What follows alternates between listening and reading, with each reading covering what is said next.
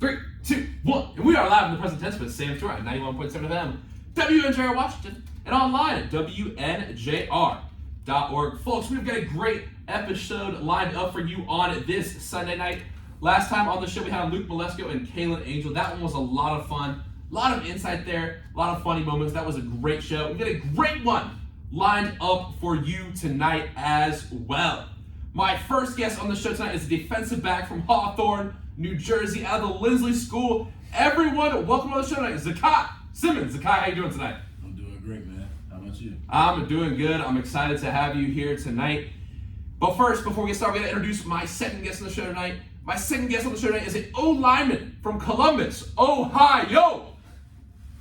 Out of Harvest Prep. Everyone, welcome on the show tonight. Mike, Dungey. Mike, how you doing tonight? Doing pretty good. How about yourself? I'm doing great. Excited to have you guys here in the studio. So, it's a busy time of year for football. Some people might not think that, but you guys have a lot going on right now. Spring ball is ready to get going here. So, Zachai, I'll ask you right off the bat, and I think a lot of people might have questions about this at home. What type of things, practice-wise, take place during spring ball? What does spring ball look like on any given day for W&J? So typically how spring ball will go, it usually runs like a normal practice, typically like a regular season practice. We'll start off, we'll stretch. Well, we'll have our pre-practice, so we'll have pre-practice, then we'll stretch. And then after that, we usually go into an indie period. So for the defensive side, I know like we start off with tackle circuit. So we'll do that, and then we'll all rotate, and then once we get done with all that, then we'll be in indie for about 5-10 minutes. After that, then we'll get on to like the competitive stuff, so we'll do like 9-on-9 and okay, cool. 7-on-7s and 1-on-1 stuff like that. It just depends like what they have planned for the day. Cool. And then like after that, we'll get into the regular routine periods, and it's still competitive, still like high level competing all the time because it's spring ball. Like your majority of the people playing like doing spring ball, how I see it is you really gotta fight for a spot. Like that's all it really is. For sure. So the competition is high like at all times. I gotcha. And a couple terms you said that I want to ask you about, because I always like to kind of hear the inside scoop on how things work within sports. Is tackle circuit. What is the tackle circuit? So like we have this thing called Atavis. It's this thing. I don't know. Coach Navarro's got it. He's got us hooked up with some program. It basically just teaches you the essentials of tackling, like making sure you're taking the right precautions to making the tackle. So like basically like you're making sure you're stepping with the right foot, right shoulder, putting your head on the correct side, so you're not like messing yourself up. You know what I mean? I so gotcha. Getting injured. That's really what it is to prevent. Nice. And then the second term you said there was indie work, so I assume that's independent work. Yeah. So for defensive backs, what does that look like? So we'll usually do like, it depends on the day. Like I said, like we'll do drills like off man and on man, off man and on like press man. We'll do that, or we'll do like in phase, out of phase, and that's essentially us just like getting in phase with the receiver, making sure we're getting to the high shoulder, getting in his chest, making a play on the ball. Same thing. I gotcha. Awesome. And Mike, I want to ask you now, what does independent work during spring ball and practice look like for offensive linemen? Basically, doing your pass sets, run fits, making sure our hand placement is right for each position, because guards and tackles don't have the same hand placement as they would as a center. What varies there between center and guard? Guard and centers, usually their hand placement determines on where the D tackle lines up. Like if he's in a 3 technique, it's going to be more of a hit, like shoulder punch, double, two hand. If he's running, I'm assuming if he runs straight out to the, well, I can't even tell him this because he might. He might, you know what I'm saying? Tell us. But basically, hand placement for different things, because different people like to do different moves. Yeah. Like Dawson Deeds, heck of a player. Some things won't work. Like if you were to do a certain move against him, that might work on another D tackle, Zach Valentine. He's heck of a player.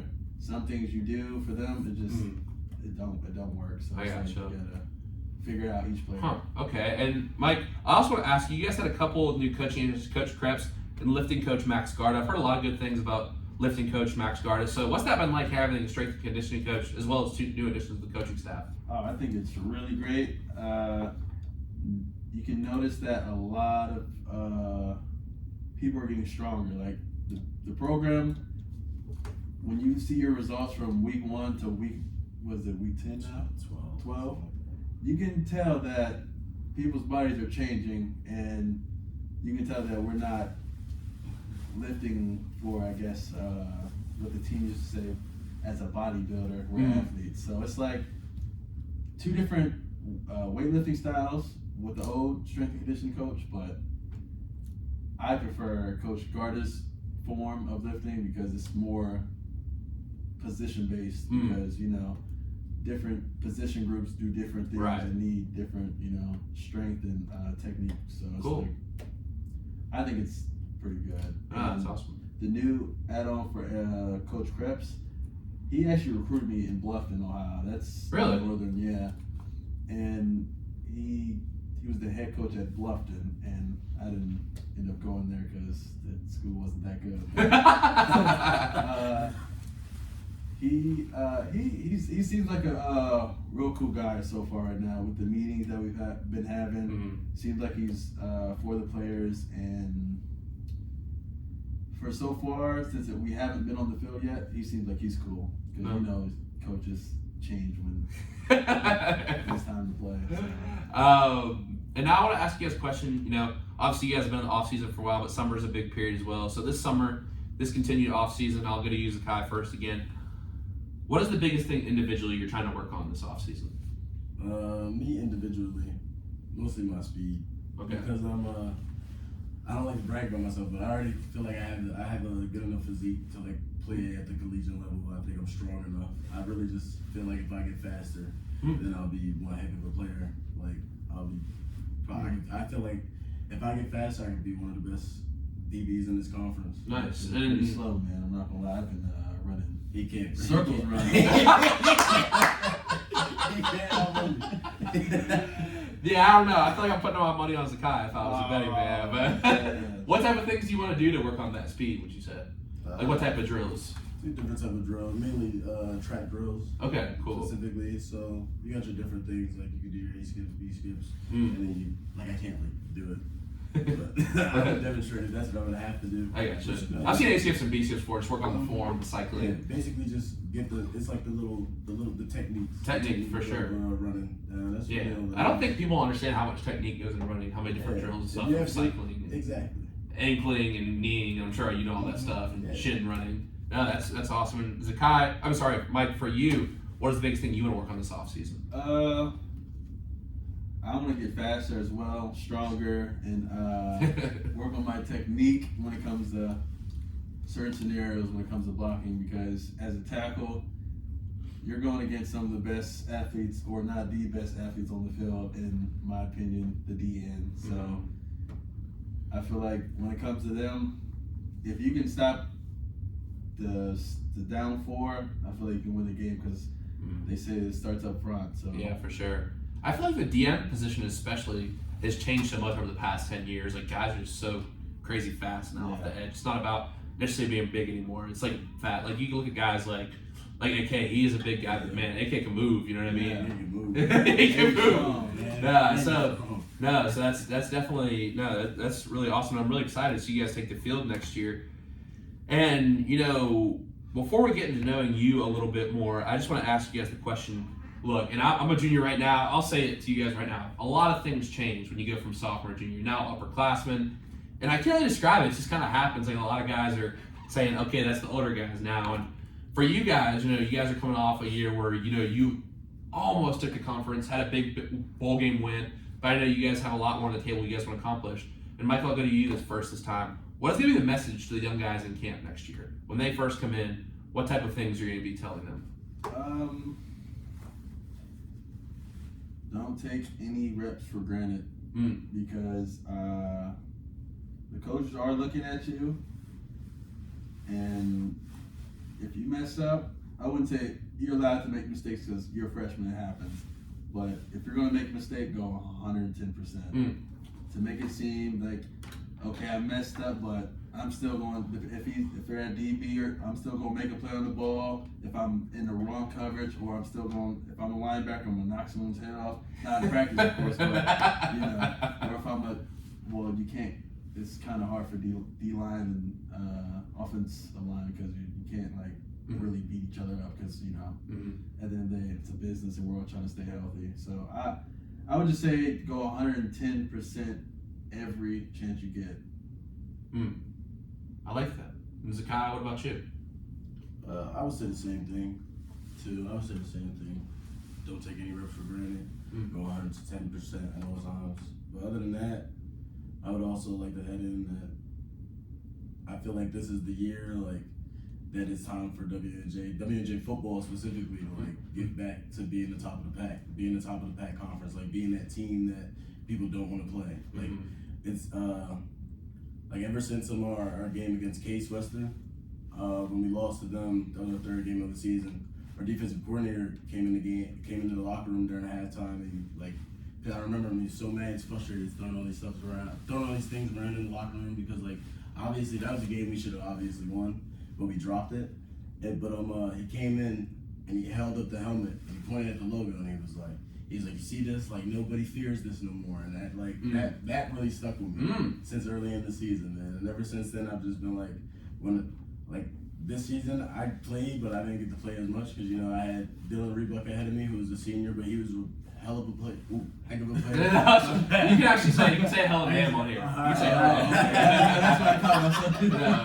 You can say hell and damn. It's a public. I feel like I've learned a lot from him. Like, I feel like Rebuck's taught me a lot, and now since all of that, I feel like this upcoming year should be my year. It should be good year for us. And one thing I was gonna actually bring up tonight in the research I found, I talked about this when P was coming on towards the end of the season. Like, so this is the last 4 regular season games. 12 points allowed, 0 points allowed, 14 points allowed, 0 points. I mean, you guys really turned it on at the end of the season. I feel like you guys are gonna carry that momentum definitely into the new season this year, and I'm really excited to see WNJ football. And one question I had, you talked about your mentorship, but I did want to ask Mike about this as well. And you got, Zachai got to play for players like Reebok and Sabo and Eierlich and learn from all those guys. But for you, what was it like getting to learn from guys like Leon and Angelo? And Angelo will obviously be coming back, but names like that who are all conference guys. I take honor in it. They are players that have taught me a lot, from going into indie period into breaking out, just hanging out.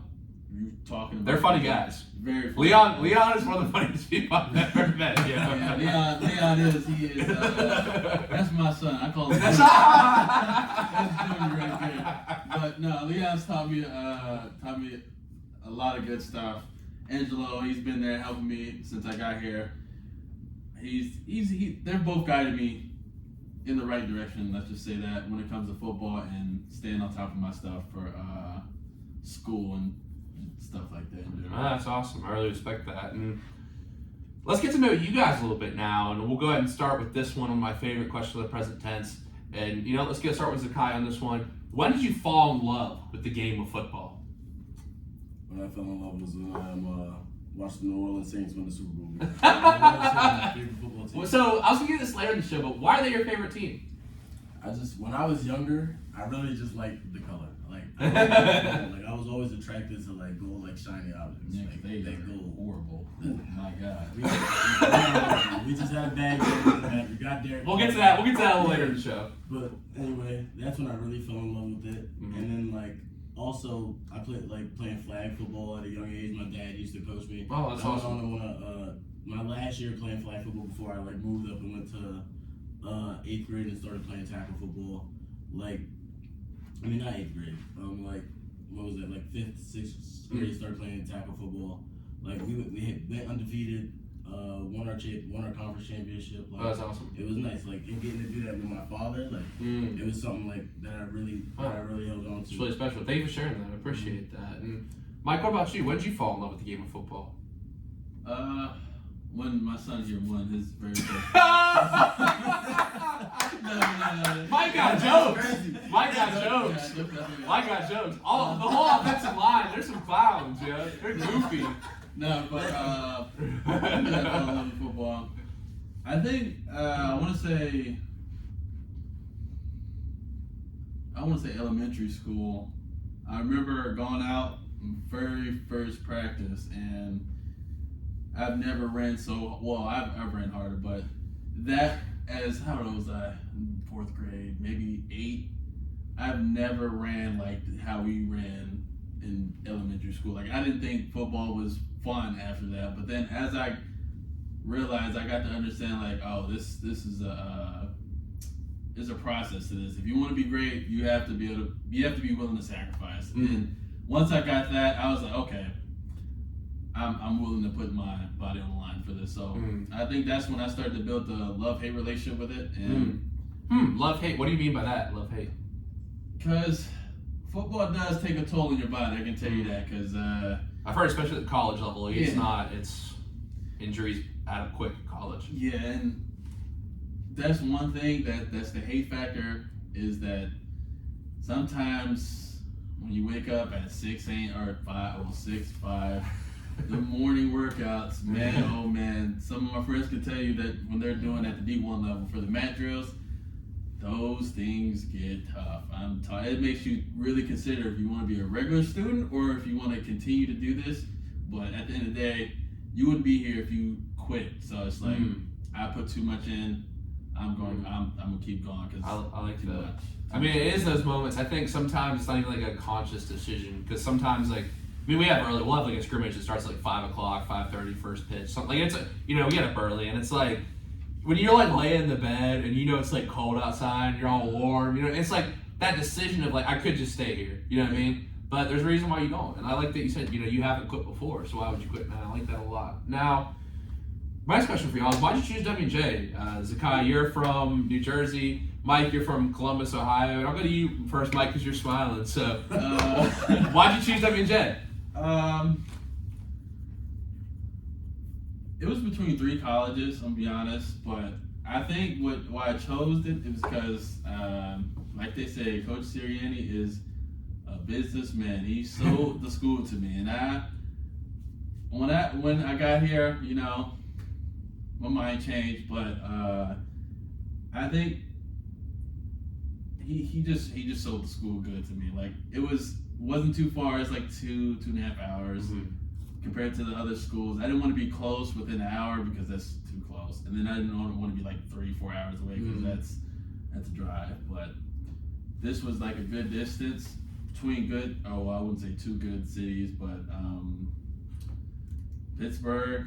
I would like to visit there often, but it's like school football. Yeah, yeah. I mean, maybe towards the end of the semester you get down there a little bit. I try to go to some Pirates games and stuff. I don't know if you guys have been to Pirates games. It's fun. Yeah, so, yeah, Pirates games are fun. They got some cool museums and stuff like the Heinz History Center. They have really cool history of Pittsburgh sports, all that kind of cool stuff. And Pittsburgh's cool. It's a lot of industrial buildings and stuff. Not a huge city, but like a lot of those museums are in like old buildings. That's cool. But yeah, I would definitely check it out because it's definitely got a lot of things to offer. As you get older, you'll have more time. When they give you like random classes your first couple years, it's kind of tough to like have time because you'll get to have more freedom to shoot classes you want. So, and Zachai, what about you? Why'd you choose Dubjay? Really, it was from a football perspective. I wanted to come to the team, be a part of a team that was gonna win. Like I knew that was good, or was gonna be like top of conference every year. But also, I knew it was like academically, like I knew it was a pretty prestigious college. Like one of my well, he's now a football coach, but at the time he was the admissions director at Lindsley. Because Lindsley's a private school, so and he was one of the people that like really got me into it, right? So he also his name's RJ Zisselberger. He also graduated from WNJ. Oh wow, that's cool. Yeah, he played running back here all 4 years. He was a pretty good player too. Played for Coach Sirianni, and he would tell me about how it was football-wise and like academically. And he said it was a pretty good school, so I trusted his judgment and I came here. That's awesome. Now back to the football side of things. What is your favorite part about the sport of football? And Zachai, you're smiling, so I'll go to you first. My favorite part of football is getting able to come down and smack people like Mike does. It will never happen. Smooth through. That's the best part of the game. I feel like that's the most fun because it's just like defensively, like you make a big hit, you get the whole crowd going. Like you get like playing at say if we were playing at a D1 college, say we're at Bama, Same at Bama. I make a big play on him. Give me a big time. Just say big Bryce time. Young. Bryce Young. Or- Yeah, Bryce Young. Come down, make a big play on Bryce Young, light him up, got his feet in the air and everything. Next thing you know, I'm getting up, crowd's going crazy. Looking up, they got the lights flickering, man. That's what it is, bro. That's what it is. That's awesome. And Mike, what about you? I don't know. I think since offensive line is like a unit, it's like being able to go into battle with your buddies and see at the end of the day who's going to be standing. And most of the time, or no, I'm gonna say all the time, my squad's gonna be standing. We don't take losses here. We only take lessons. How about that? I would say lessons. Okay. All right. Because it's never you never lose anything, because when you lose something, you're defeated. You don't have anything. But when you take a lesson, you think about what happened and what you could do better. That gave you that lesson, because it's always good to have lessons in your life. So yeah, and I think one thing I read last night, I was reading David Goggins' new book, and one thing he read that made me think about failure lessons. He said, "Become the best version of yourself is not a set target; it's a moving target, meaning you're never there." And I think sometimes in life, I was just thinking this today while I was getting ready for the show. It's like I feel like oftentimes we have this feeling like we need to be to the point where we've made it. You know what I mean? But if you have that mindset, I can always improve on something, even if you're winning. And I'm sure Coach Sirianni keeps y'all humble and never thinks you guys have completely made it. Coach Mountain's the same way. But if you think I've made it, I got it down now, there's always stuff you can improve on. That keeps your mindset in a growth state. And I think that when you keep taking things as lessons, you can keep doing that. So really at that point, that was really something I was thinking about today. I'm glad you really hit on that. Now let's go to the flip side of that question. What is the most difficult part of the sport of football? I'm sorry. Okay. I would say the most difficult part is actually putting in all the necessary work to be as great as you want to be. Because like Mike was saying, these workouts, they kill you sometimes. They really do. Getting up at 6, it's a struggle sometimes, but it's like what are you really willing to do to be as good as you want to be? You know what I'm saying? And that's what really, I feel like that's what really comes down to. It's all the necessary time that you need to take. I like that. Mike, what would you say the most difficult part is? I want to add on to that. I feel like willing to sacrifice to get what you need. But that's in life. It's what are you willing to put aside to be the greatest version of you? Like you said, what am I willing to do to always try to be or strive to be great? It's going to take a lot. So. I like that. I like that a lot. And my next question for y'all is, if you could go back to your first day of college and sit in that dorm room and talk to when the kid who was a freshman walked in that door, and you could talk to freshman year Zachai, and you could talk to first year freshman Mike, what advice would you give them?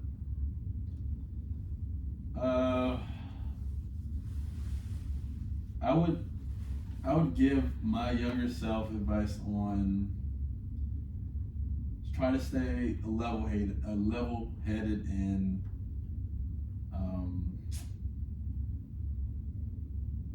try not to get as upset about things that you can't control, and stay on top of your homework and your schoolwork. Yeah, that's a big one. A lot of people say. I think that it's really and it's I think might be, we say it all. I don't hear it all the time, but I feel like the idea of controlling what you can control, it really it reduces a lot of stress.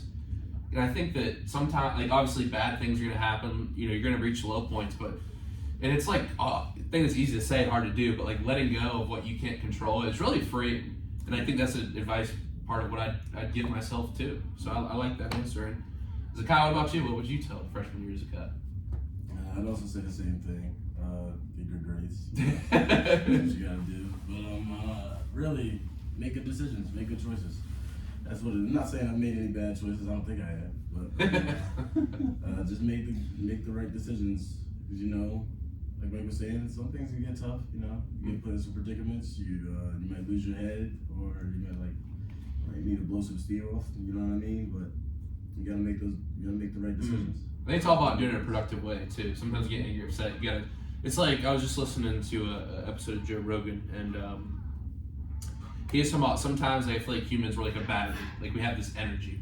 And if you don't spend that and put it in some productive, you don't power some sort of device, you don't do something, that battery fluid's going to spill over, and that's toxic. You know what I mean? I really like that metaphor because I feel like you're either putting your energy into something good or you're putting your energy into something toxic. And that's like, if I can control, like, if I want to go to the gym or I want to like do this show and put my energy to that, and that's how I get my energy out. Like, or I can do it towards bad things. I can stay up and party. You know what I mean? Like, and I feel like that's something that I also really wanted to hit on. So thank you for sharing that because I feel like, at least with me, I don't know if you guys have anything to add on this, but like, there's good ways to handle emotions or good ways to channel those things out, and there's unproductive ways to channel those out. If you know what I mean? Yeah. I guess does that make sense? Yeah. Yeah, because I feel like you need to have those hobbies or those things, and football sounds like a good thing. You can kind of take stand. It's one of those stress relievers. Yeah, you can put your energy out. You can hit people. You know what I mean? Yeah, there you go. See, it's coming full circle. I like that. Okay, now my next question for y'all is: how do you want to be remembered at W&J? How I want to be remembered, I just want to really, I really just want to be remembered as someone who's a pretty great guy, pretty good guy in general, aside from all the football stuff. Just someone who is, always nice, just a friend, if you need them. Yeah. But I know this is college, you know what I mean? But Yeah. It doesn't have to be like that with anybody, but you know what I'm saying? Just be a good guy. No, I like that. I like that a lot. It's very respectable. I like that a lot. And Mike, what would you say? Kind of what he said. Be a great guy. Basically, if people say, "Oh, you weren't the best at this position or that," but he was a person that will go to war with you. He'll have your back. Someone just that I'll always be there for you, regardless of who you are on the team or on this campus. Mm-hmm.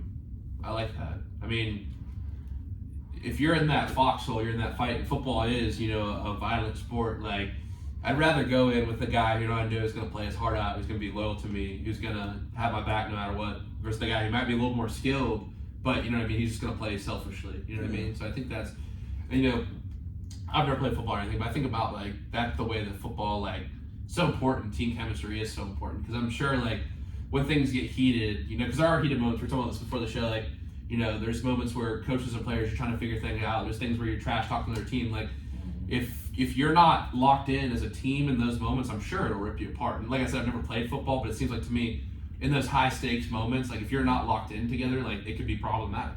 Yeah, I was like going off that, like defensively, we have to. I feel like we have to be one unit because essentially, like, You gotta talk. we gotta talk, we gotta communicate, we gotta make sure we're all doing the right thing. Like, and in those crucial moments, like you got 50 seconds left on the clock. They're on like the 40, on our 40, coming in, gotta make plays. Right. Third and long, gotta make a play. I can agree with that. We're opposite, the best side, offense. And, when we gotta score, I let the stats speak for themselves. we gotta score. Who's gonna? Well, the offensive line has to be you regardless, because if we're not on the same accord, sacks, you give up loss, tackles for loss, you miss snaps, fumbles, all types of stuff.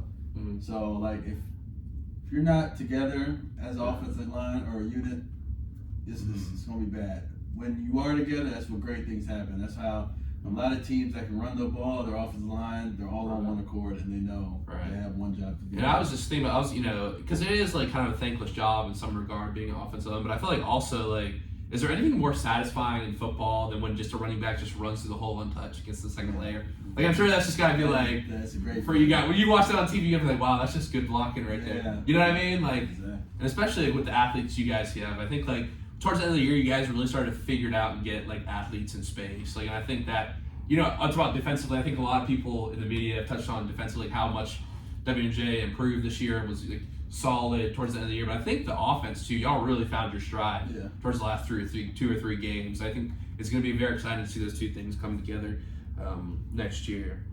Now, my next question for y'all is, what is something in your life that you are proud of?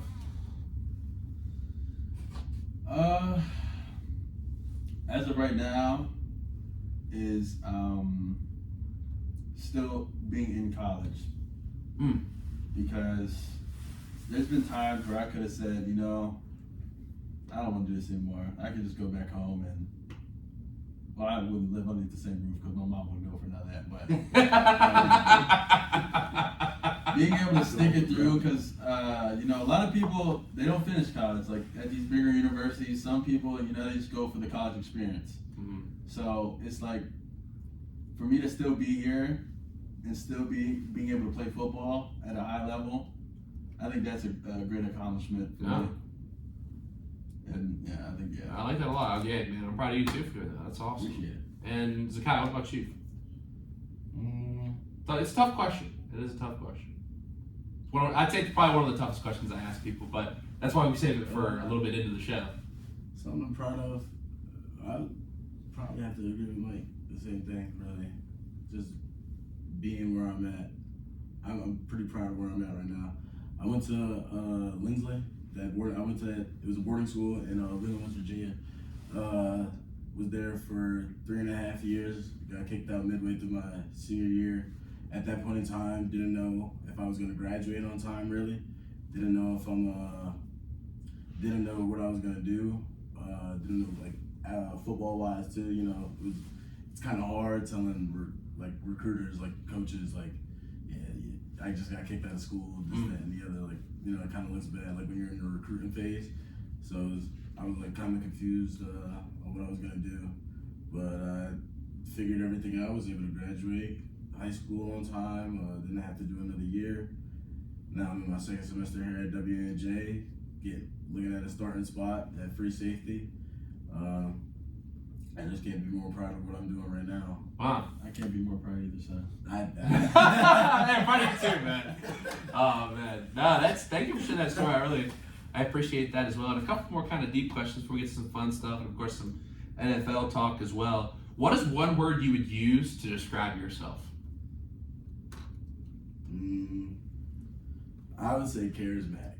For me. I get that. No, I get that sense. I get that sense from you. I would say that just because I feel like if you really get to know me, if you really get to know me, I'm just this guy. I'm a character, man. Yeah, you are. I feel like I've done a lot. I've done a lot of things. I think that just makes me me. That's awesome. Mike, what about you? I don't know. I don't think there's a word that describes me, man. I think I'm in my own category. That's not the answer to this. I asked the question. See, there's people like this.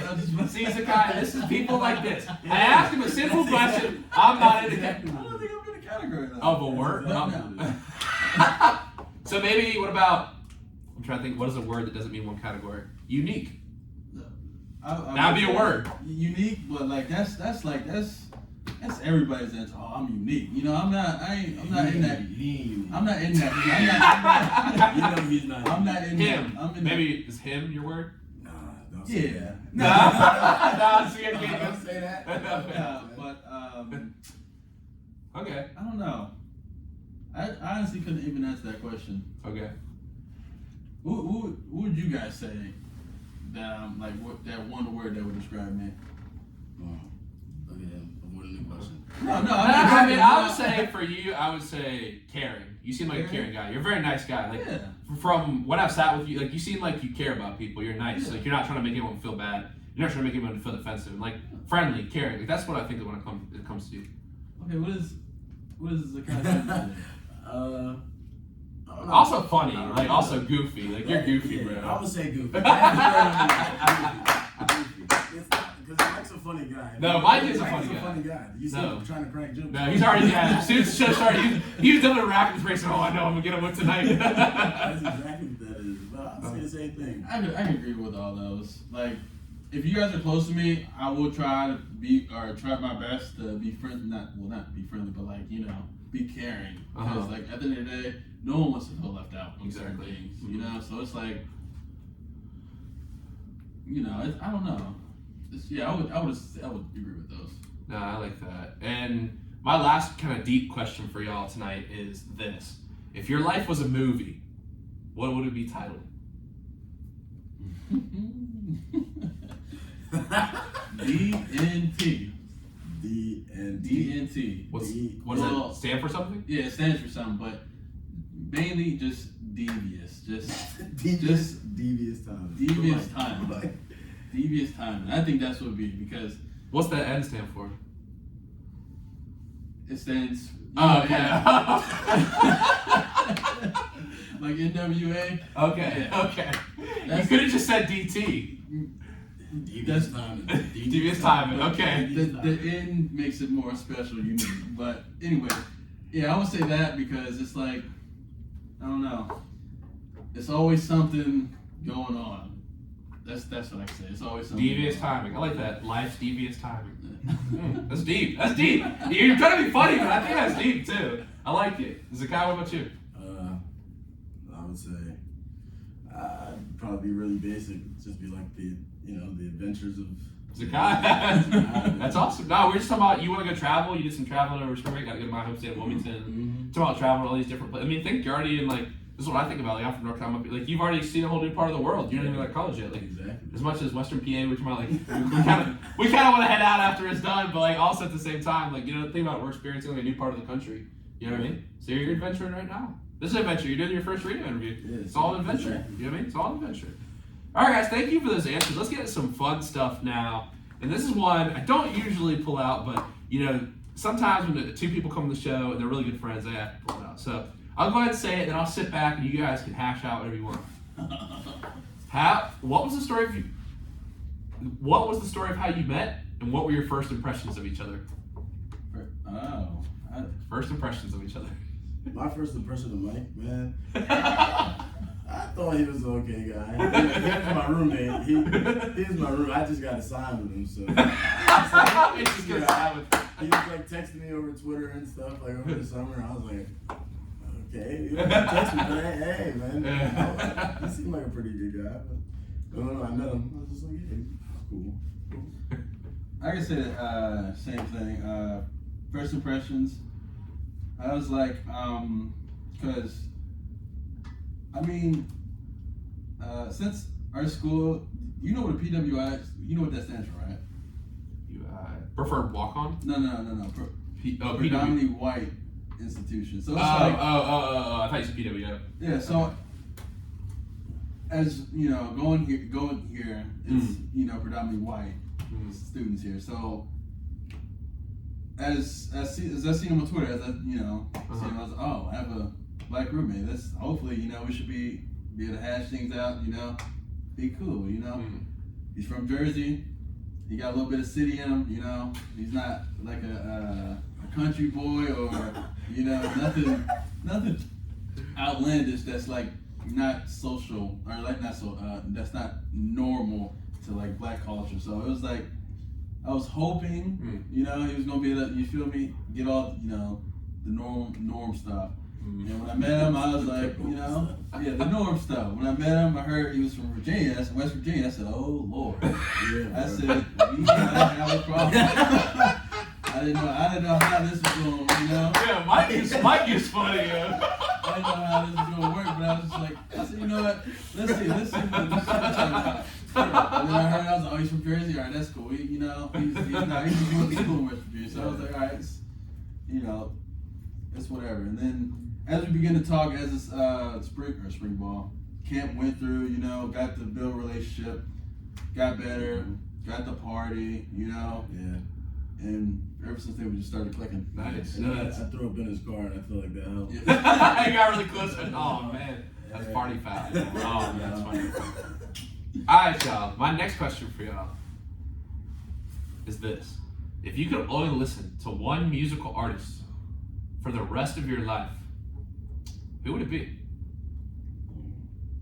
I'm not gonna lie, it might be Gunna Wanna. I like that. Very good answer. See, that's the thing. I have a few, like, it's between Drake, Future. Bro, that's not the question. See, he asked me that guy. I'm better than the question. No. There's been 119 episodes. People answered this 5. Drake. It'll be Drake. Drake. All right. What's your favorite Drake album?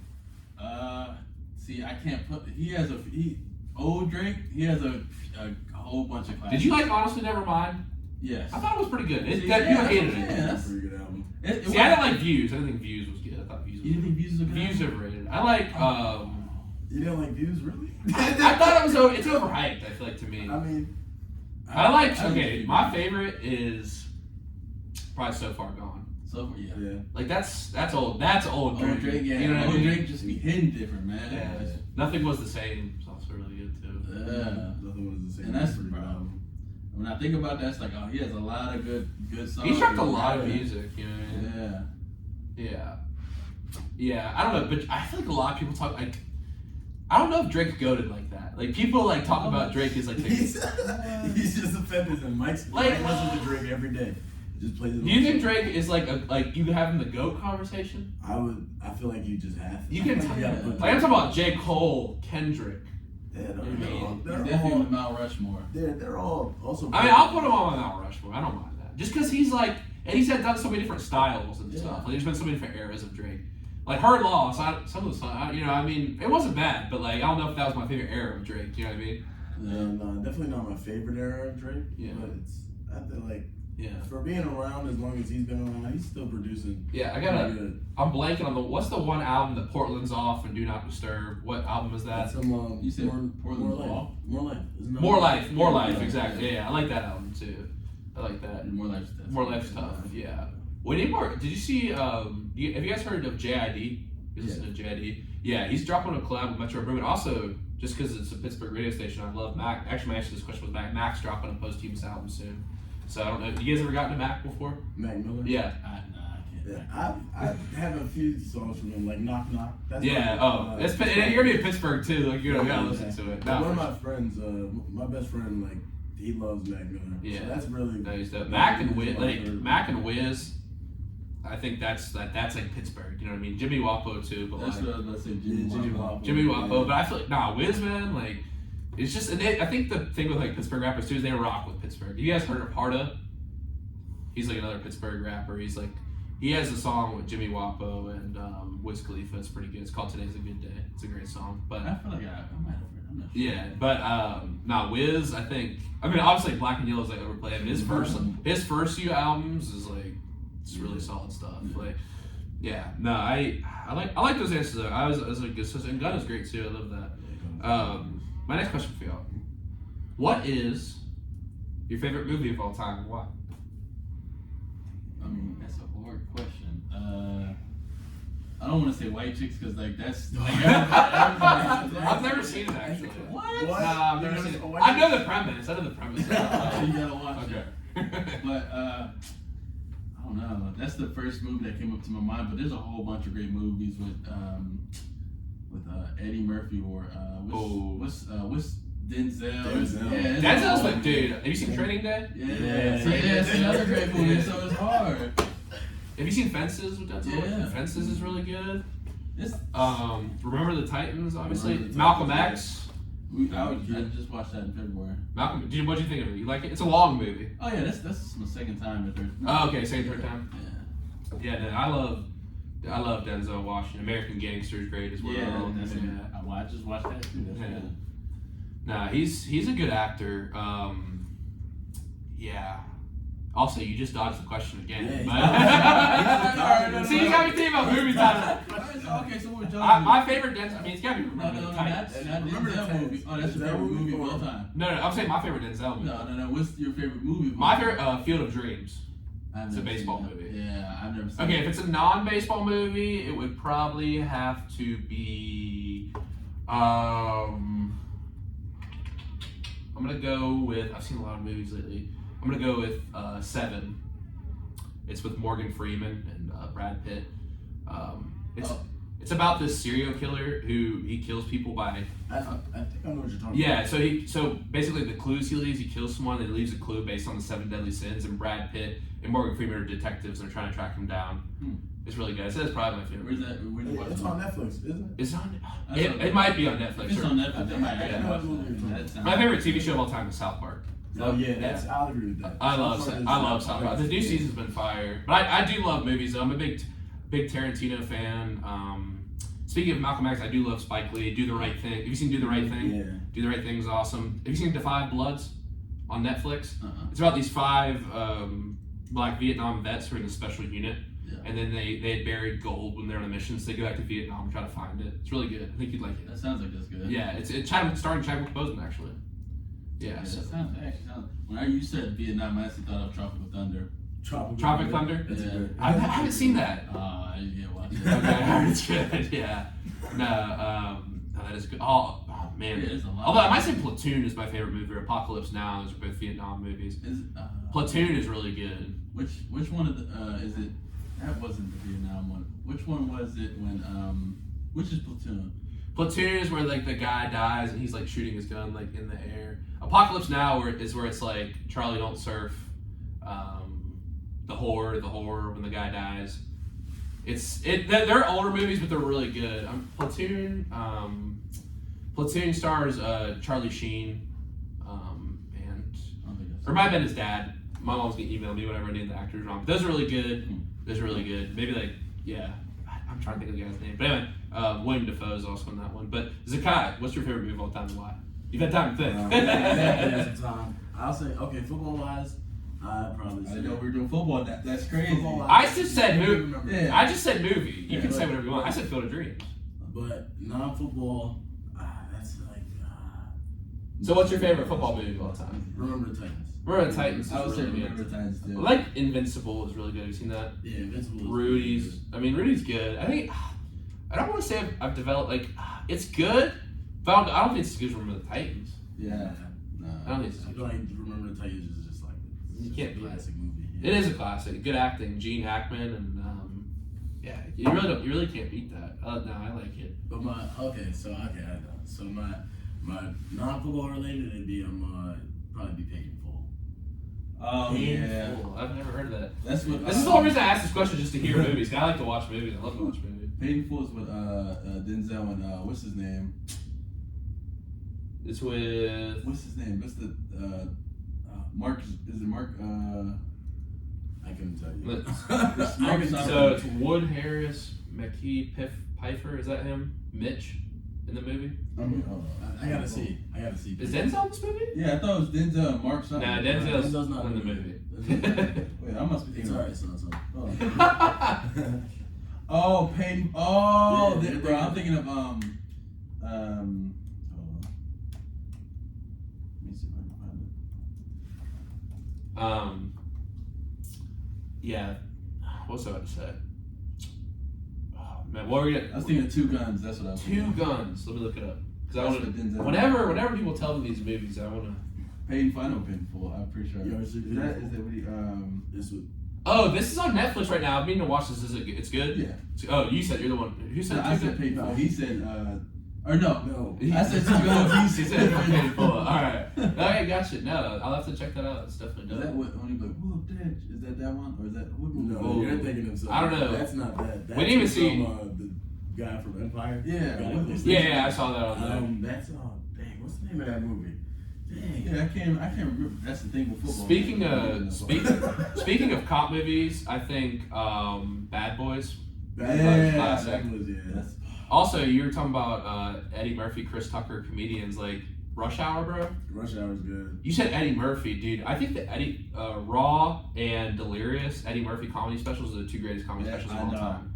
And Have you seen Richard Pryor live in that comedy? Yeah. So I think like Delirious is really big. It's very similar to because Delirious is hilarious. When I watch that, I cannot stop laughing, dude. And that's what those two. I wouldn't. I don't. Because it's hard to say goats. Or yeah, I can say goats. I don't know Chappelle, bro. Dave Chappelle. I like Chappelle, bro. I'm not gonna lie. I don't know how you guys feel about this, but I think Dave Chappelle is funnier than Kevin Hart. I agree. Yeah, Oh, that's not- Yeah, okay. I'm just making sure. Some Yeah. people, what? That's great. Kevin Hart's like funny. Nah, but Dave Chappelle's funny, dude. Yeah, Dave Chappelle is hilarious. Dude, stand-up comedy. I've listened to a lot of Rogan. He has Chappelle, and like he talks about Chappelle, and he knows those guys backstage. And like, dude, it is hard, dude. Just imagine like, because I know like you guys are funny guys, and like I feel like I crack a nice joke every once in a while. But like when you're like up there and you like have to just like tell, because like when you like watch those guys, it's not like you're not you're not like giving a story. Like you believe the stories they're telling. Like you're obviously giving. It's not like truth. but like it feels like it's real. Yeah. You know what I mean? And the way they tell those stories and like practice and do their facial expressions, like I feel like it's one of the hard, like it's one of the most underrated like skills to have. Like it's hard, like to like do podcasting. I feel like is a skill, and there's like other things, TV, whatever, different mediums and entertainment. Dude, stand-up comedy's hard, dude. Yeah, especially do that, go out and do that in front of thousands of people. Yeah, and to know that not everyone's gonna laugh at your joke and still be able to tell. Well, because you have to be okay flopping, like we said with failure. Like you learn, like they definitely practice before it goes on a special. They practice those jokes hundreds of times. Yeah, you know what I mean, and like. You have to be, and I feel like you have to be able to make fun of yourself. Yeah. Because, like, even Eddie Murphy, he makes fun of himself in Raw, and he's about fighting all those guys, fighting the Italian guy. Like, yeah, no, I feel like, no, thanks for that, because people usually don't bring up comedy specials in this segment. I like that a lot. Now, fellas, we're actually going to go to break here, and when we come back, we're going to talk some NFL. But first, of course, it's time for trivia here on the present tense. So here's your 2 trivia questions for the night. How it works is we give you the questions. We go to break. You have time to discuss. You can answer them both independently, or you can answer them as a team, however you want to do it. But let's go ahead and get to the questions for tonight. So, of course, we got one Ohio State fan here and one Saints fan, so that's where our trivia took us tonight. So, once again, we're going to go to break here, and you will answer during the break. So, let's go ahead and hear our trivia questions for tonight. Our first question on the night is, who is the all-time Ohio State leader in sacks? Is it A, Joey Bosa, B, Mike Vrabel, C, Chase Young, or D, Vernon Gholston? And your question for tonight, Zachai, is who was the Saints MVP in Super Bowl 44? Was it Reggie Bush, Marquise Colston, Drew Brees, or Tracy Porter? We'll get your answers after the break. This is the present tense with Sam Stratton, 91.7 FM at WNJ Washington, and online at WNJR.org.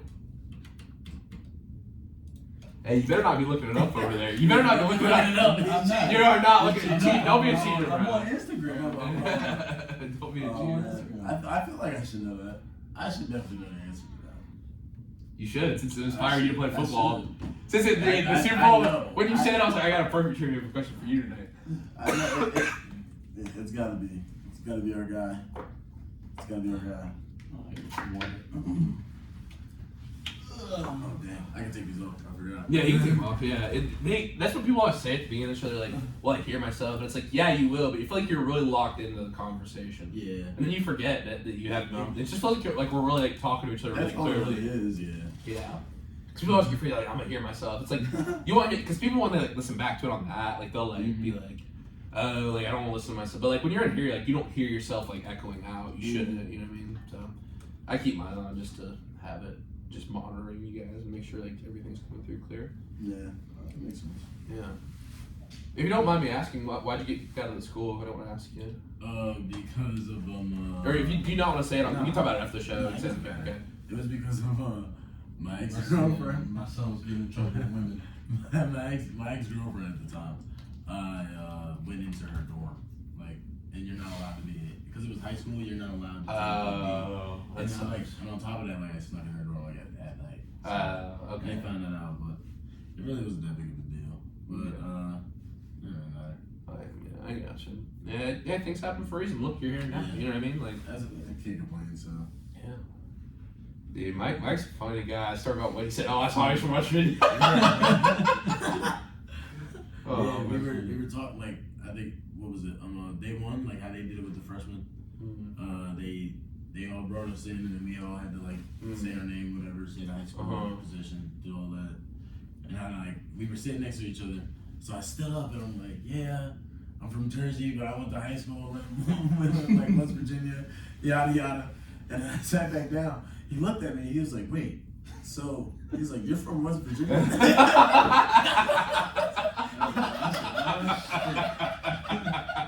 I was like, no, I'm West Virginia. I was like, I lived in New Jersey. I was like, I was born and raised in New Jersey, man. I just went to high school there. That's all it was. I remember it was on, what was it, Joseph? What? We were, Yost? Yeah, Yost. That's funny. We didn't have an orientation thing, so I didn't get to know many people for a long time. Really? This was one of the first ones I get to know. I started the COVID year. Yeah. So, that was. Yeah, I know that. And all the stuff, I've heard a lot of people talk about the orientation and stuff in here, but man, They said we got in that 14-day quarantine. We're like, all right, go to class. Like it was just, Really? yeah, it was different, man. I'll tell you what, but it's all part of the journey. Though it was crazy, but I probably wouldn't have started this. You know what I mean? I went to the club fair that day because I was bored. You couldn't do anything. I mean, there was no one on campus. It was really like 30% of the population probably by the end. So, you know, got to play baseball and I got to start this. So, you know, play safe. Things happen in life. Yeah. So, all right, 45 seconds, and then we'll be back. We got our answers. Yeah. You guys working as a team, or are you just doing your question? I'm doing I'm mine. doing mine. Okay, cool. I didn't know if you Nah, I don't know anything about Ohio State football. They suck. because I know it's they definitely Clemson's nowhere near Ohio State. But anyway, I know it's not Chase Young, and I know you said Joey Bosa, right? Yeah. I think he's second. Who are the other two? Mike Vrabel and Vernon Golston. I don't know who that. I'm sorry. I wrote that name down wrong. I don't know who that the other guy is. Did I say his name? I know who Mike. I think it's Verbal. Yeah. Vernon Golston. Yeah, I don't know. Who that Yeah, he's William Golston's brother. Did you say Nick or Joey Bosa? Joey. Joe. I think Joey's second and Chase is third. I don't know. I can't remember. Okay, well, he put the news in, so we actually got 3 more minutes. He puts the news in at the top of the hour. So, Who? the communications professor here, Dr. Meriden, He's here. he runs the studio. No, he doesn't. So we have a robot system, so he programs it in. So this music runs 24 hours a night. It's like people in the community listen to the station. So yeah, like so it's not like just like someone has to be in the studio to like run the music. Like this is like a robot system, which is pretty cool. So I wonder if anyone's listening. yeah, there's other people listening. I know my family was listening. My family listens to every show. And yeah, there are people in the car. Like I know Aaron listens to a lot of them. Steven. And I never check the live stats. I was just kind of I'll like go across and check how many people are watching on YouTube and stuff. There's live stats you can check? Yeah, I have to ask the professor for him though. He knows how to do it on the system. So I don't know. It's kind of turned to podcast. I mean, as much as like at first I wasn't like that. Putting that video camera up there and just taking the clip like has helped the show grow so much. Like more people become interested in it and stuff. Like it used to just be radio and you couldn't listen to it once it was over. It was like we'd have great shows and I have them saved. Like I would take clips from them, but like having the show in one place where people can just watch the whole thing. Like people really like that a lot. Because I like to actually see the people. Yeah, Kiki was really big on me about that. He's like, once COVID was over, we're like, we can do it. So started out, got a tripod. Here we are. All right, 50 seconds here. I thought you was going from over. That's a fact. Alright, here we go.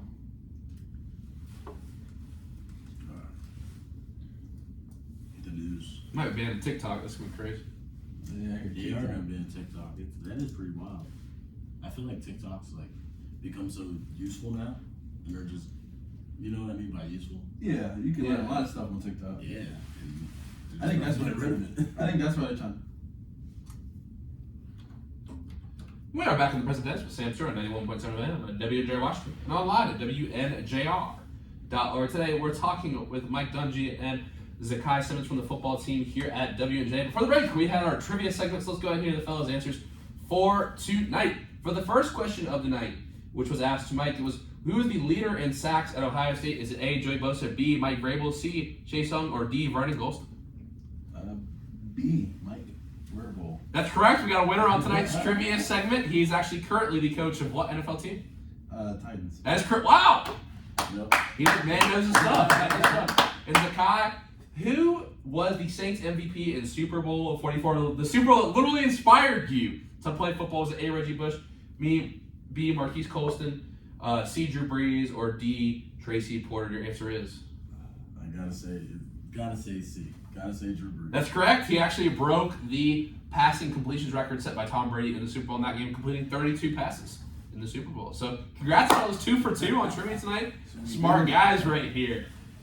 Now, fellas, let's get into a little NFL talk. Things have been crazy in the NFL right now, and we have the draft coming up in late April. So listen, the question on everyone's mind right now is who is going to be the first QB taken off the board. Now, some names getting thrown there: Bryce Young, CJ Stroud, Anthony Richardson. Now, I'll go to you, Mike, as a resident Ohio State fan. Should the Panthers draft C.J. Stroud number 1? Yes, I think so. They got to be able to protect him, though, because Chicago, they out here messing my boy Justin Fields up, but he's still getting it done. And now they just got some weapons? I don't know. Okay, so here's my thing. I've thought about, and Zachai, do you have any thoughts before I go? Nah. Okay. I will say this. Okay. I'm not being biased. I may hate Ohio State, but C.J. Stroud's just not that good. It's gonna be Bryce. Okay, so here's my thing. I thought about this all day. I mean, because this was I knew a topic that was going to come up tonight. Anthony Richardson. Let's talk about this guy. He sets the record in broad and vertical jump for a QB. He's 6'3", 231, and guess what his 40 was? 4.43. I think he's the toolsiest player in the draft, meaning he's got the tools. In the way he throws the ball. So I think, people say his mechanics aren't as sound as Bryce Young or C.J. Stroud. So I think here's the dilemma. I listened to a podcast today. He calls himself Cam Jackson. That's his nickname because his favorite players are Cam Newton and Lamar Jackson. He's a combination of both. Now, Cam Newton's a little bigger, but actually Cam Newton is bigger, but his features of running and jumping, his attributes, I should say, he's faster than Cam Newton was. He is more athletic in jumping than Cam Newton was. And if you look at Lamar Jackson, Anthony Richardson's got a better arm. Now, people say you can work on mechanics, you can do that, but just because you work on it doesn't mean it'll translate to the NFL game. When you have rushers coming down at you, just because, they say they get his footwork right in practice, whatever, and I don't know QB terminology, but, that's what the experts say, is, he doesn't have as good a footwork and mechanics. So maybe those things break down. But think about if you can get those things. You can't teach the broad jump. You can't, you know what I mean? You can't teach that. And you can't teach the size that he has. An executive walked up to him and said, look, you are a linebacker, right? And we had questions about and he was a quarterback. I heard this on the podcast that I was listening to today from ESPN. So all that to say, you say C.J. Stroud is the safer pick. Is he? Is there such thing as a safer pick? To me, part of it said the Panthers saved Richardson. I don't know. What do you guys think about that? Well, Richardson. What if they took Anthony Richardson?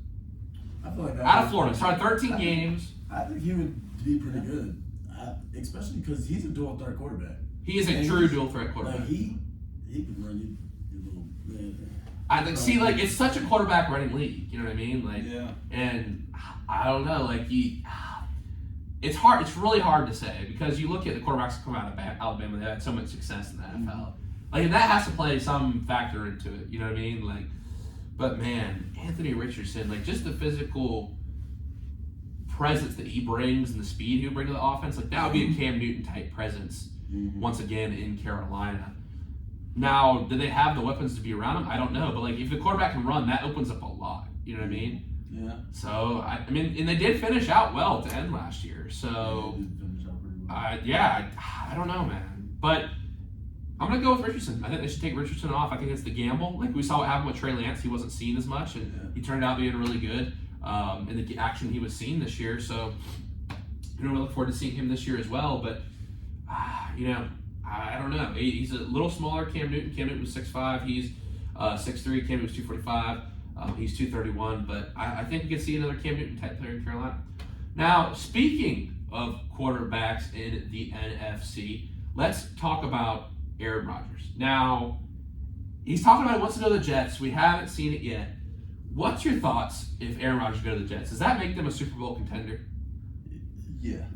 You think so? 100%. Because I think, especially because they're so young, and they were probably, I say if Zach Wilson doesn't mess up their season, if Zach Wilson he's pretty bad. mess up their season, I think they make the playoffs and I think they make the playoffs and probably make a run. And then on top of that, Breece Hall got injured, who's a rookie running back, pretty good.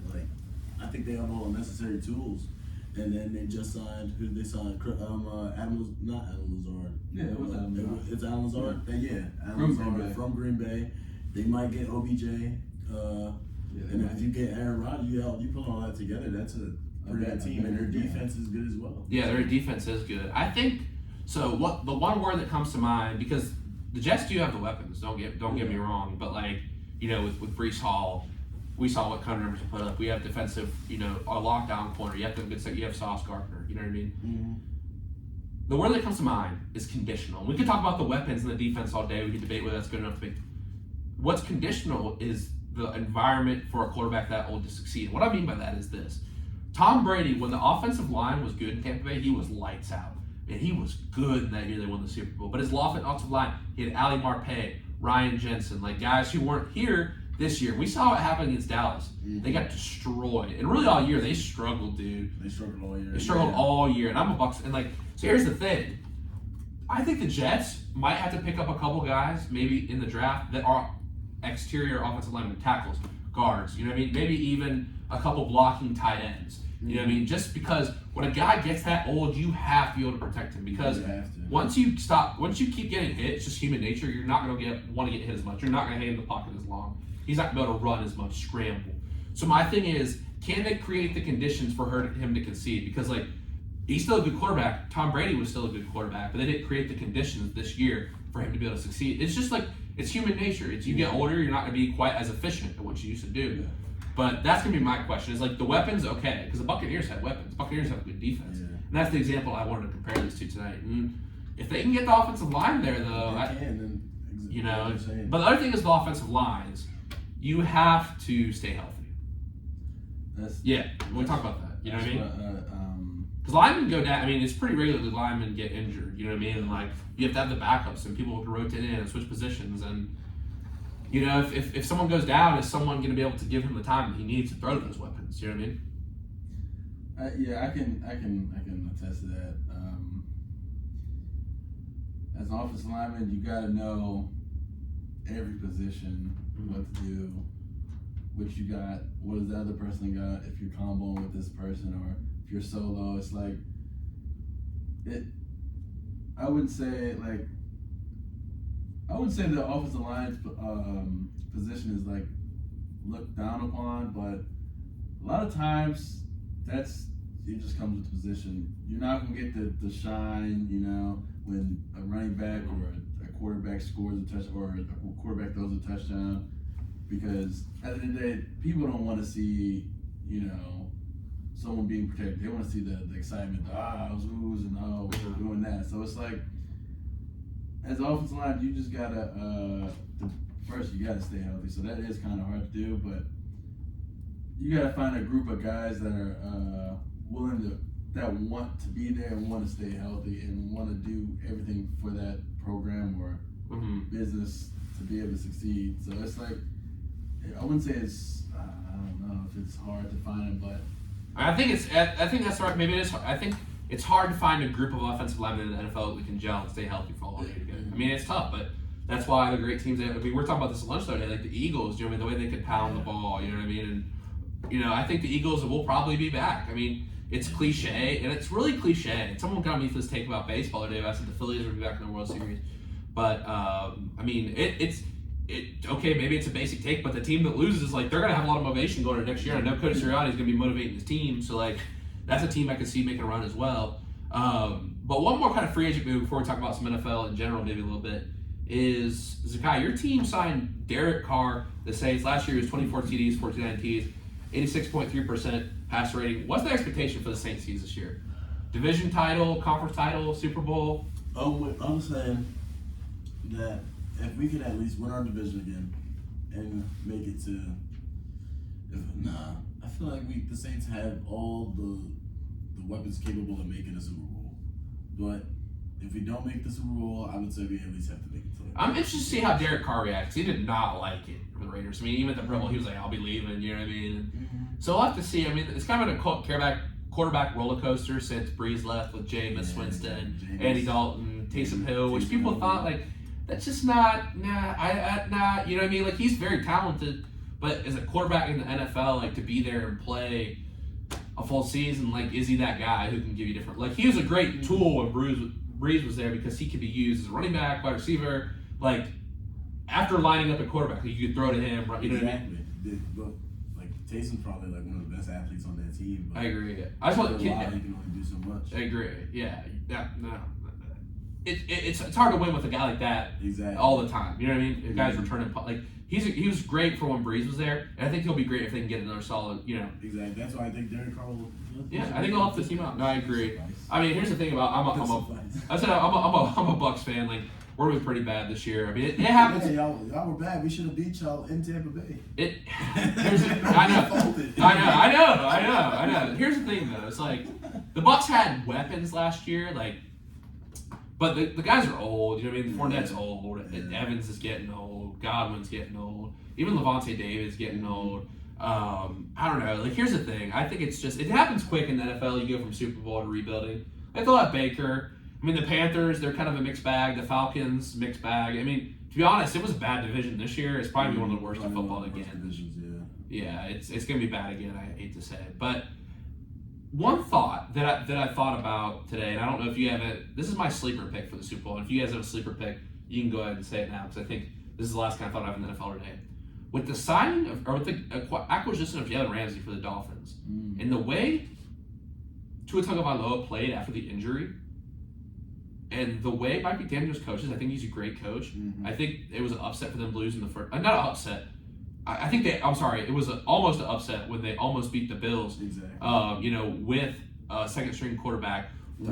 Third string. Thank you. Was hurt. That's right. Yes, right. Thank you for correcting me there. I meant to say the third. Maybe we see a big. I think that's my sleeper pick for the Super Bowl in the AFC. Although, man, the Chiefs. I don't know how many episodes you guys have listened to on here, but I go off about Patrick Mahomes. He's just so great. We're really witnessing greatness. We're witnessing greatness. That's what I say all the time. We're witnessing greatness. Past Super Bowl. We are witnessing greatness right now. He does stuff. You will never see a quarterback do what Patrick Mahomes. That's what I say. If you're like, oh, he's not you're literally witnessing like a Michael Jordan type player. You're witnessing a Tom Brady. People always know, but Tom, he wouldn't be. He's great and all, but he's what made Tom Brady, and I think and this is why people get mad at saying Pat Mahomes might already be the GOAT, honestly, is because what he does athletically puts him above Tom. That's what people get mad. People get so mad. It's he hasn't won the Super Bowls yet, but think about Tom Brady had the length and consistency. You know what I mean? And Pat Mahomes, he hasn't even played that long yet, and he's already done things Brady did his whole career, MVP in the regular season, MVP in the Super Bowl. You know what I mean? Passing leader. It's I don't know. I think it points towards a lot of things. But I'll have to say, in the AFC, I think AFC Championship game, Dolphins, Chiefs this year. Because, the Bills, it's the same thing every year, man. Yeah. When they get the job done, maybe I'll give it to them. But I'm not gonna lie, man. This is a hot take. I feel like Josh Allen, he's overhyped, bro. Josh Allen. He's good. He's very great, but he's not. Okay, this is the discussion we had the other night. It's Joe Burrow and Pat Mahomes are here, and Josh Allen's definitely a step below. I can agree with that. Because people put those three together all the time. I think Joe Shiesty and Patrick Mahomes are up here. That's my opinion. They're separate because they can get it done in the big games versus Josh Allen. That's my thought. Would you put Josh Allen up there with them? No. I just personally wouldn't. No. I feel like he's just folded too many times. Exactly. Especially this year. I thought this year would be the Bills' year. Especially after do you think that would fuel them going into the playoffs? Yeah, they look bad in the playoffs because they look bad against Miami. They look terrible against Cincinnati. Cincinnati whooping them.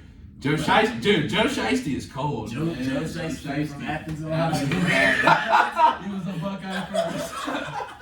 Nah, he'll always be remembered as a Tiger, though. I feel like he'll always be remembered as a Tiger. But here's the thing, bro. When they asked me, he's what's the championship window? He said, as long as I'm here. That's cold, bro. That's cold. He meant it. No, almost went back to the Super Bowl. I mean, but also we talked about the Chiefs and the Dolphins, but dude, look at the way that the Bengals have played because my big thing is quarterbacks in the rookie contract. Look at how I was talking about this from the other day. There's not a lot of upsets in the NFL. There's not baseball. You'll have teams that make deep runs. Basketball, you have a team sneaking in the conference semifinals. Although upsets in basketball aren't that big. College basketball, there's a lot of upsets. NFL, there's not a lot of upsets. How many people predicted the Bengals to get to the Super Bowl 2 years ago? You know what I mean? I don't think not a lot. I had them losing against the Titans, really. Yeah, and then they almost beat the Rams, who were loaded that year, dude. Exactly. And I knew the Rams because the Rams were all in money wise on that year, but dude, they were terrible this past they're year. terrible. That's what happens. But that's what happens though, like in the NFL, especially when you put all that money into a team. Like But I was like, the Bengals have built it up. The Chiefs have built it up. So you're gonna see that matchup. Although the Dolphins, they got a young core too, especially with Tyreek Hill, Waddle, Gesicki. Like they have a good receiving core. But I think the AFC to me is a little more intriguing right now than the NFC. I think that too. There's I a would lot say- more going on in the AFC. than Yeah, the NFC. I mean we'll see. Because I really feel like the Eagles, like if they play how they play, like they're just gonna run away with it. That's honestly how I feel. Because people always go like the Cowboys. Yeah, the Cowboys suck. 49ers though, dude. 49ers, Shanahan, like I think we see the 49ers again because the 49ers off like. Think about it. They had Brock Purdy. Like the Kyle Shanahan is such a good coach. Like, I know we had the 28-3 bone lead, but dude, like Reed and Shanahan, the way they create offense down there in the red zone is unbelievable. For Brock, I mean, because no, like disrespect to Brock Purdy, but obviously he's a third-string quarterback in the NFL, and they had him looking like a superstar, dude. Like and that offense is also loaded. Like Exactly. Sam That Debo, offense is set George for Kittle. quarterback. They got that defense too, bro. yeah. Exactly. Fred Warner on there holding it down, like Bosa, like man, it's a good team. But I guess I think like the red zone offense, like that's a big key of it. Just coaching in general, like you see that they're gonna allow the push play again this year. Did you see it on Twitter? So you know how the Eagles did that push play at the goal line? Yeah. They're gonna allow that again. I'm not a fan of that. As a defense, you probably Mike. I Do you like hate that that. push play? Where everyone, there's like 5 guys lined up in the I guess 4 guys lined up in QB sneak. You know? QB sneak where 4 guys push the quarterback. I mean, I like it. It's play offense. Come on, I will say it's the last point kind of in the NFL is like there's no team that's more fun to watch than the Chiefs in the red zone. Yeah. Because they have a thing on Friday where they do red zone play and the players get to drop the plays. Like it's they do like the ringer on the Rosie and stuff. Like it's crazy, but they work. It works. No, like seriously, those 2 plays. We talked about it. I've said it on multiple times here, but that fake motion when they ran, when they did the Eagles switch in the second, like Henry's a good coach, bro. I'll tell you what. Exactly. Like, although I feel like the Eagles will be back, but guys, I wanted to talk about this a little bit. Have you guys been following the NBA much at all? And like, a little bit. I wanted to talk about the John Morant situation, and I know it's something like I don't want to get too in depth because we don't really get stuff like this too much in the show, but I feel like there's something seems a little wrong here because my thoughts on it are this: like, if you're stressed out, and he said it was because of stress, and he went to counseling, I feel like people don't change. And I'm a huge proponent of mental health, but like, if his mental health was why did he come back after 1 week? You know what I mean? That seems a little like, and if he's stressed, come back for the playoffs. So it seems like to me like, I don't know. All this to say, I don't know if it's necessarily this whole saga has been necessarily bad for the NBA though. Because if you think about it, like, dude, the Grizzlies are kind of like the villains right now. You got, there's people who don't like John, and I don't mind John Morant. Like, I think his trash talking and stuff and some of his, like, antics. But, like, I mean, he made a mistake. Like, it's whatever. It's But really Dylan Brooks. Yeah. it's Dylan Brooks. That's what I was about to say. Dude, Dylan Brooks wants to Brooks. smoke with everyone. Russell Westbrook. He's really trying to be like Draymond, I feel like. He's trying to be like Draymond. So, I don't know. I don't... Like, the West, I don't even have any predictions about the West because it's so crazy. The man. West is crazy. Yeah, they got Sacramento in the Sacramento. No one's talking about Sacramento. Exactly. Nuggets. The Nuggets every year pretty good though, man. It's like, Nuggets are pretty good. why do you feel like Jokic is getting so much hate right now? I feel like. Boy, Kendrick Perkins, man. Like, Yeah, no, that's just Kendrick Perkins. Kendrick- Perkins is just the He just biggest says- hater in the world. yeah. He's the biggest hater. Yeah. He's how he is on 2K. Honestly. Always hating. Exactly. He's it might be like also like the American bias. Because think about the last few MVPs, top players in the league, like Luka, Giannis, Jokic. Like, bro, Europe is going crazy right now. European- Think about who's about to come over. Victor Wembanyama. Yeah. Did you see the dude, recruit? He's like what, 7'6", Steph Curry. He said, yeah, he's 7 something. Did you see that video he had today? Did you see that? Mm-hmm. So he shoots a 3 off a step back, and he takes 3 steps and gets his own putback and tomahawks it, dude. I gotta say. Like his That's crazy. his NBA scouting is literally his expectation. Think about this: is top 10 player all time. Like you know, scout like role player, star, Hall of Fame, like top 10 all time.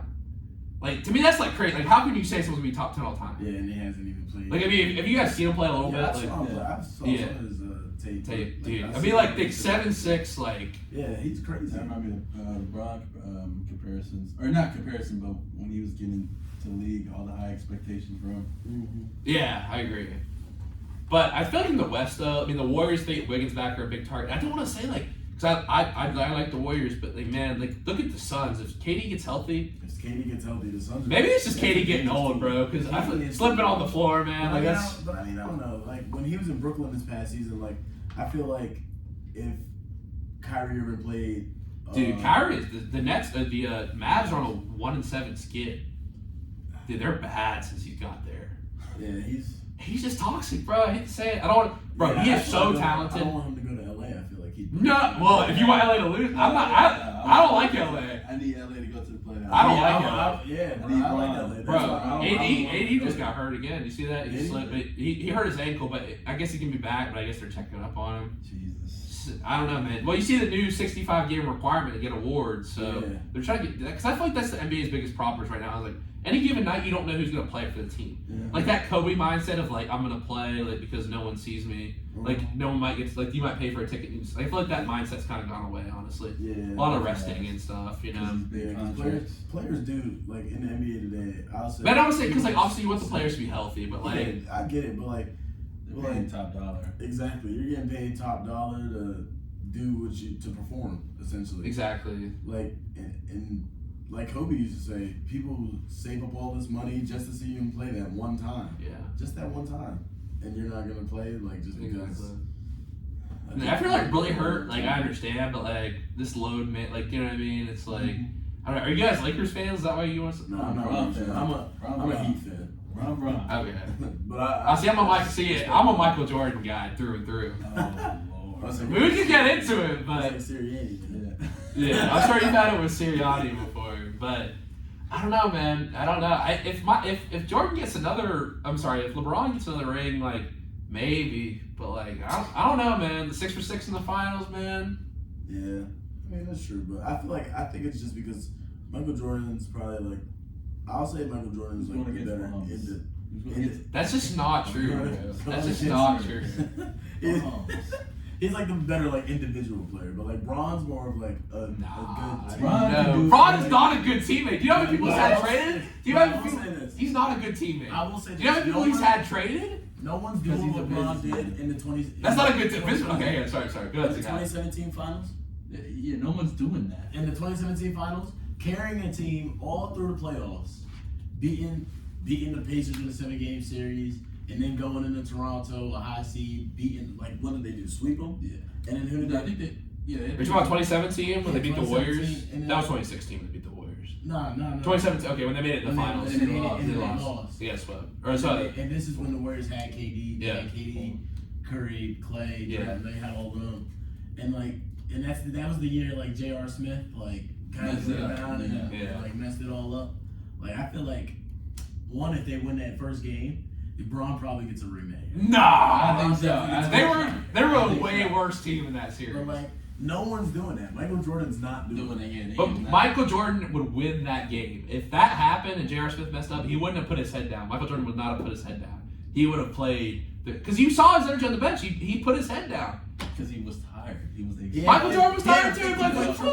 You see when he was what numbers? He had a 50-point triple. Mike Jordan always had some people to rely on. He needed people to. What about AD, Ray Allen, Kyrie Irving?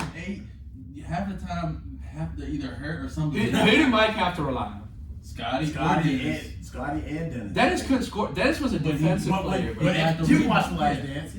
Yeah. Rebounds. Remember when Scotty was at the period of time when Scotty wasn't playing because I guess it was contract problems or whatever. Dennis was like, hey, I have to be the guy to help. Yeah, and he did help. But I'm just saying, look at the help that LeBron. Like we're not having conversations like.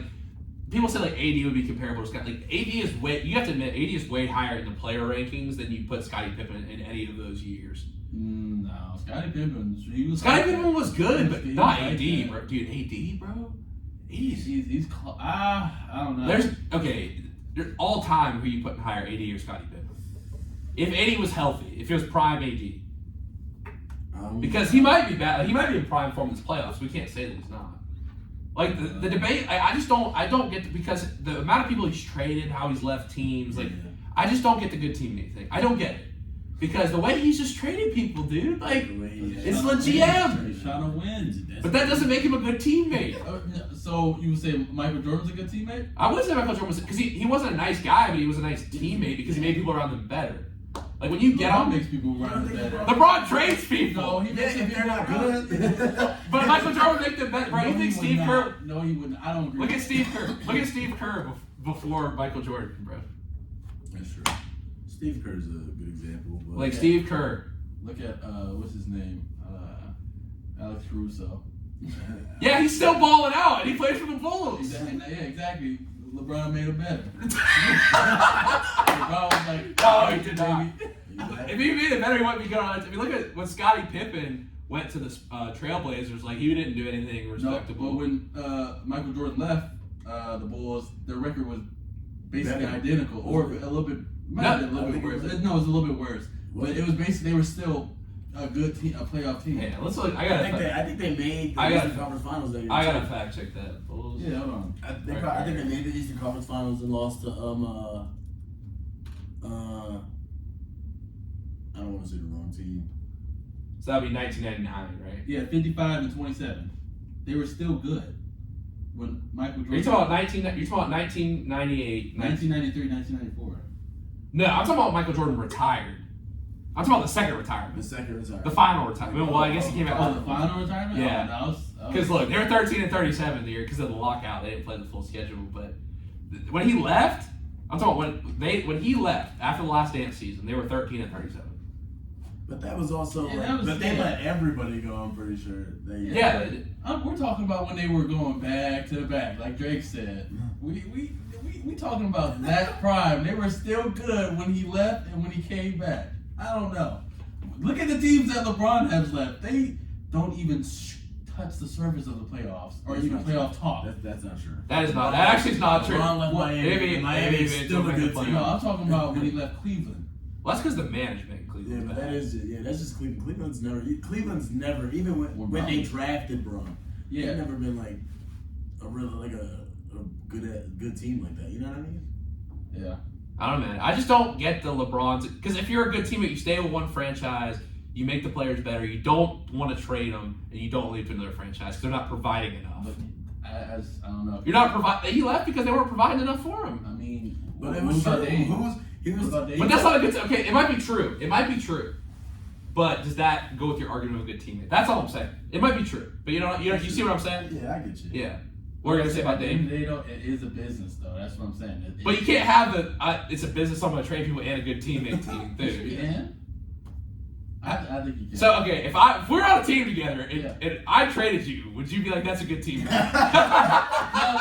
It depends though, because if I was not good, like I'd be like, all right. And then I trade you, be like, oh, that's a great teammate. I'm like, yeah, he wanted to win. Hey, I don't blame him. But if I was balling and you traded me, then I'd be okay.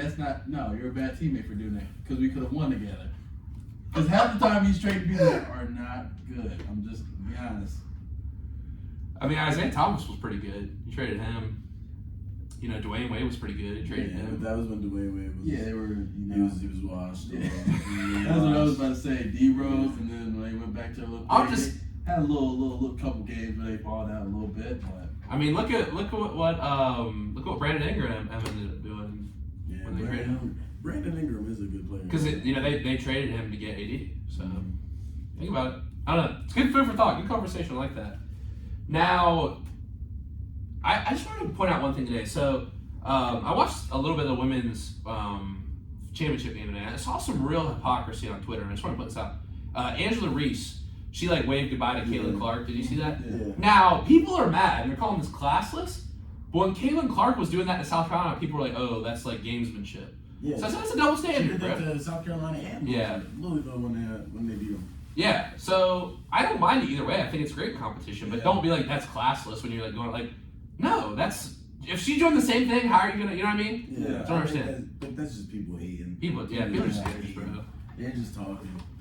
LSU, first championship, first national championship in school history.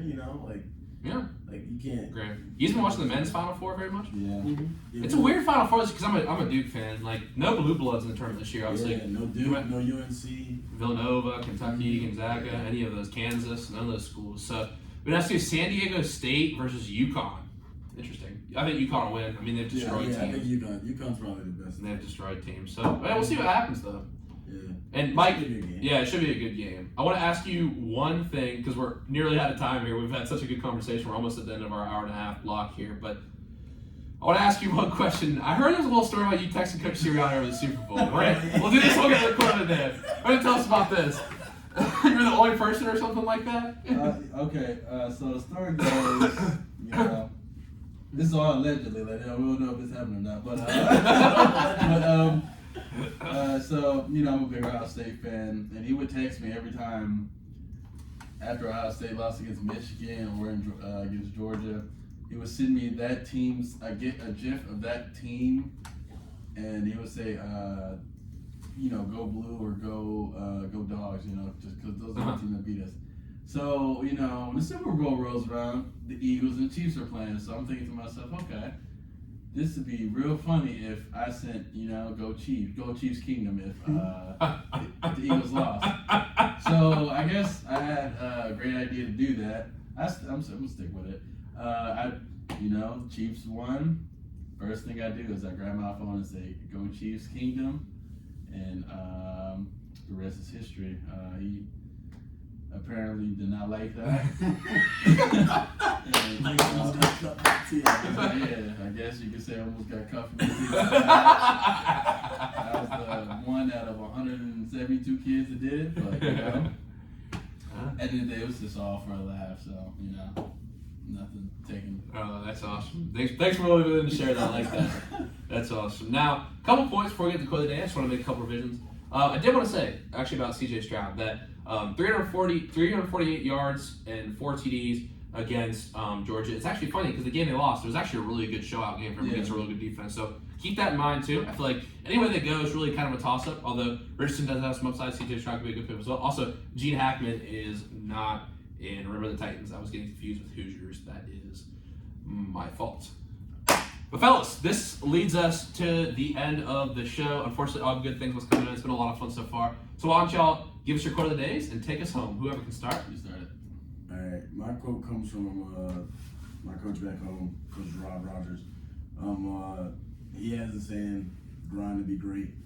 I use that. I use that for my life. Like, no matter what it is that you're doing, you just gotta grind. No matter what it is you want to be good at, you gotta grind to be good at it. You know what I mean? Like, that's what we were really getting at earlier. We were talking about football, and I was talking about what like the most difficult part was, and I was saying it's like the necessary time that you put in, like the little stuff, like that grind, like the little stuff that you do is really gonna determine how great you're gonna be.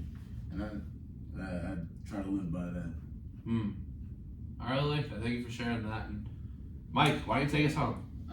Okay, so I forget where I got this quote from, but I had it in my notes.